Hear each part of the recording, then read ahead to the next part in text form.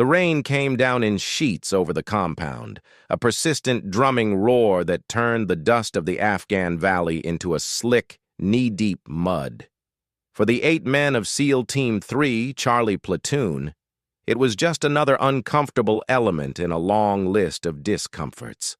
They huddled in the relative dryness of a bombed-out warehouse, their breaths misting in the chill air, their eyes scanning the perimeter through the scope of their rifles. The mission was simple in concept, a brutally complex in execution. Extract a CIA asset and his family from a village that had just been overrun by a Taliban splinter group. Lieutenant Commander Jason Preacher Collins ran a hand over his close-cropped hair, his gaze fixed on the thermal imaging screen. "Still no movement," he murmured into his lip mic. "Wait one." The wait was the worst part. The waiting allowed the cold to seep into your bones, allowed the mind to wander to the wife back home in Virginia Beach, or to the son whose birthday he'd missed last week. He shook the thoughts away. Focus was a weapon, and he couldn't afford to be disarmed. "Preacher, I got heat signatures," whispered Tony. Gumby Girardi, the team's radio man, his eyes glued to his own screen. 3, no, 4, coming from the east tree line, fast." The team went rigid, their weapons swinging silently towards the direction. Preacher gave a series of hand signals. "Enemy contact. Hold fire until identified." 4 figures emerged from the tree line, stumbling and slipping in the mud. They weren't fighters.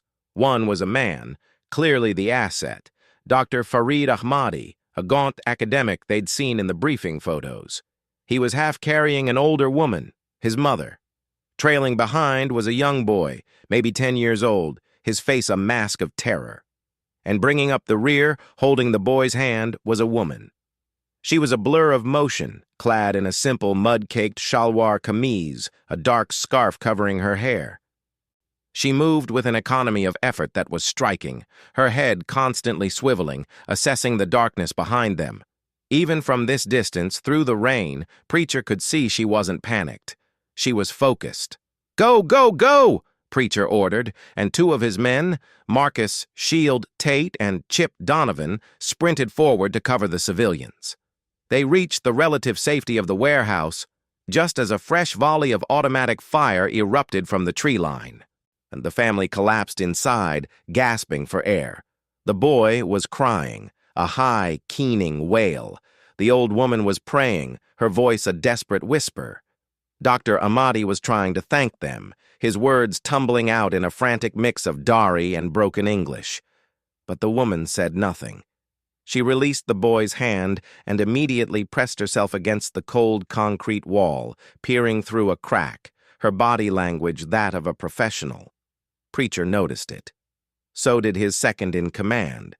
Got a grizzled senior chief named Michael Irish O'Malley. Irish shot Preacher a look that said, "What the hell?" "All right, people, listen up." Preacher's voice cut through the chaos, calm and authoritative. "We have 2 birds coming in for extract. 15 minutes. We just need to hold this position. Gumby, get me comms with the QRF." "On it, Preacher." The firefight was immediate and intense. The Taliban fighters, emboldened by their earlier victory in the village, surged forward. The SEALs, in using the warehouse's thick walls for cover, laid down a devastating wall of lead. The night erupted in muzzle flashes and the sharp crack, crack, crack of M4s. In the center of the warehouse, the civilians huddled. Dr. Ahmadi was trying to comfort his mother and son. The woman, however, was not huddling. She was kneeling beside them, but her eyes were on the battle. Preacher saw her flinch as a round ricocheted off the metal door frame. He saw her track the path of a tracer round. She wasn't a bystander. She was an analyst. Then, a cry of pain ripped through the concentrated sound of gunfire. It wasn't a SEAL. It was the old woman. She had been hit. A stray round, probably a ricochet, had caught her in the upper thigh. She slumped to the ground, a dark stain spreading rapidly on her light-colored clothes. "Mother!" Dr. Ahmadi screamed, rushing to her side. The boy's cries intensified. "Medic!" Preacher yelled, not taking his eyes off his sector of fire. "Doc! Matt, we got a casualty!" Doc Adams, the team's corpsman, was a master of his craft. A soft-spoken giant from Nebraska, he could stitch a wound and crack a joke with equal dexterity. He scrambled over to the old woman, his medic bag already open. "On me! I need light!" Gumby angled a red lens flashlight towards them. Doc's hands, steady as a surgeon's, went to work. He cut away the fabric around the wound. It was a through and through, a clean shot to the fleshy part of her thigh. Painful, messy, but not life-threatening if treated quickly. "All right, ma'am.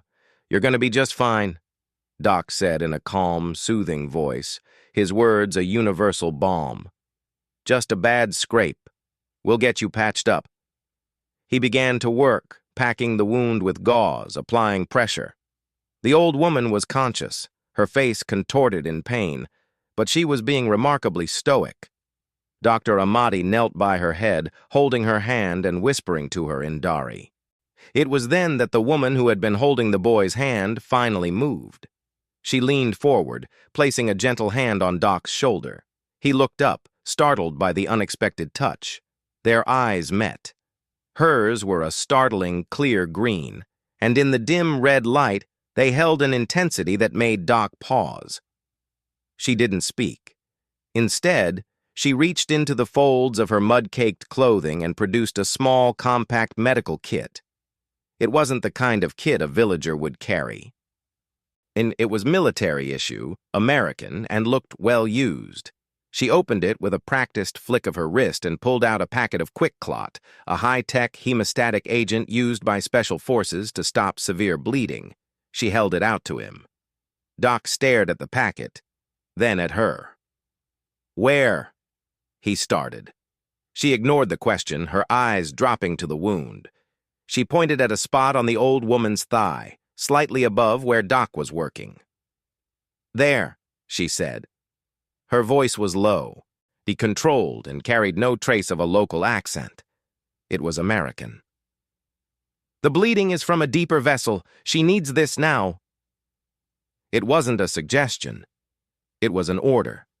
Doc Adams, a man who had patched up some of the toughest warriors on the planet, found himself complying without a second thought.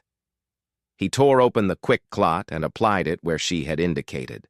Within seconds, the bleeding slowed dramatically. He looked back at her, his mind racing. "Who are you?" he breathed. She didn't answer. She was already repacking her kit, her movements fluid and precise. The question, however, had been heard. On the comms, the entire team had been listening. Every SEAL on the line, from Preacher at the front to Gumby at the rear, heard Doc's bewildered query and the silence that followed it. In that moment, the firefight seemed to fade. The rat-tat-tat of the enemy's AKs became a distant, irrelevant noise. All attention was focused on the small, mud-splattered woman kneeling beside the medic.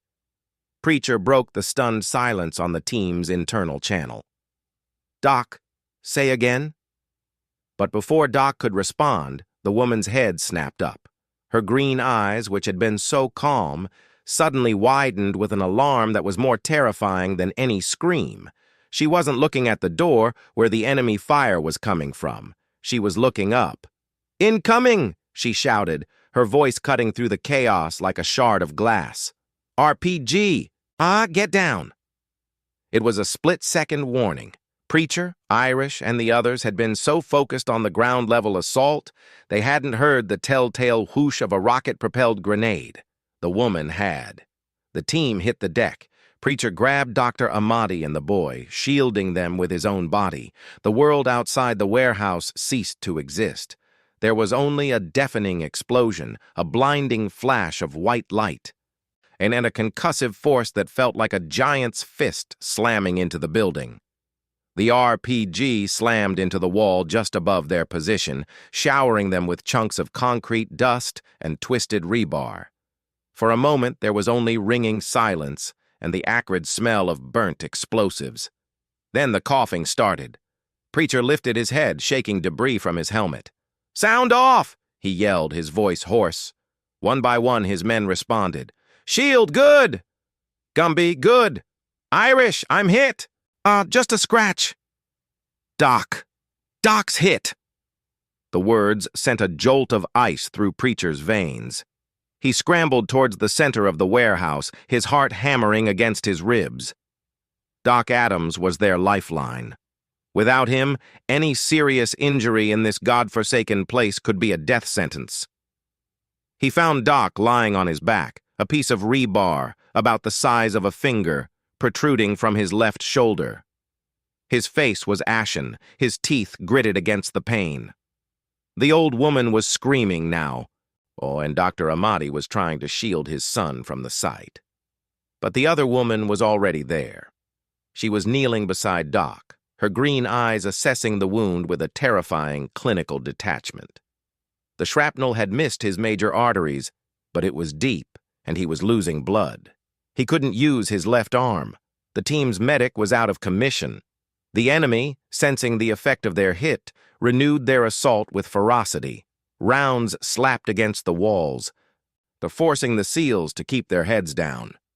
"Doc's down!" Irish shouted over the comms, his voice strained. "We need to get him out, now!" "The birds are 4 minutes out!" Gumby yelled back. 4 minutes might as well have been 4 hours. In their current situation, pinned down with their medic wounded, 4 minutes was an eternity. Then, the woman moved. She gently but firmly pushed Doc's good hand away from his own wound. She reached into his open medic bag, on her fingers dancing over the contents with the familiarity of someone who had done this 100 times before. She pulled out a large gauze pad, medical tape, and a pair of trauma shears. "What are you doing?" Doc gasped, his eyes wide with pain and confusion. "Saving your life," she replied, her voice flat. "Be still." She cut away his shirt, revealing the wound. Her hands, steady and sure, began to work. She packed the wound around the rebar, she didn't dare remove it, and secured it with the tape, creating a pressure dressing that would slow the bleeding and stabilize the foreign object. She then took a morphine auto-injector from his kit, checked the dosage, and plunged it into his thigh. "There," she said, as if she'd just finished a minor chore. "That should hold you until we get you to a proper field hospital. You did good work on the old woman." Doc stared at her, and his pain dulling as the morphine began to take effect. He looked at his own bag, now strewn open beside her. He looked at her hands, stained with his blood, moving with such assuredness. The question he'd asked before, "Who are you?" hung in the air between them, heavier and more profound than ever. Preacher had seen it all. He crawled over to them, his M4 trained on the door. He saw the woman working on his man. He saw the skill, the precision, the utter lack of hesitation. He looked at her. He truly looked at her for the first time. She was perhaps in her early 30s, with high cheekbones and a face that was both delicate and hard. Her eyes, when they lifted to meet his, held a depth of experience that belied her civilian clothes. "Who the hell are you?" Preacher demanded, his voice low and dangerous. She didn't flinch under his gaze. She simply held up her bloodied hands, a gesture that was both an answer and a challenge. "Your new medic, Lieutenant Commander. For the next 4 minutes. Now, I suggest you get your men ready for exfil. They're regrouping." As if on cue, the enemy fire slackened for a moment, the lull before another assault. The woman was right. The next few minutes were a blur of coordinated chaos. The 2 MH-60 Black Hawk helicopters thundered out of the night sky, their miniguns spitting fire at the tree line, suppressing the enemy. The SEALs, moving as one, formed a protective perimeter and began loading the civilians. And the woman helped the old woman, now weak from blood loss, onto the first bird. She helped Dr. Amati.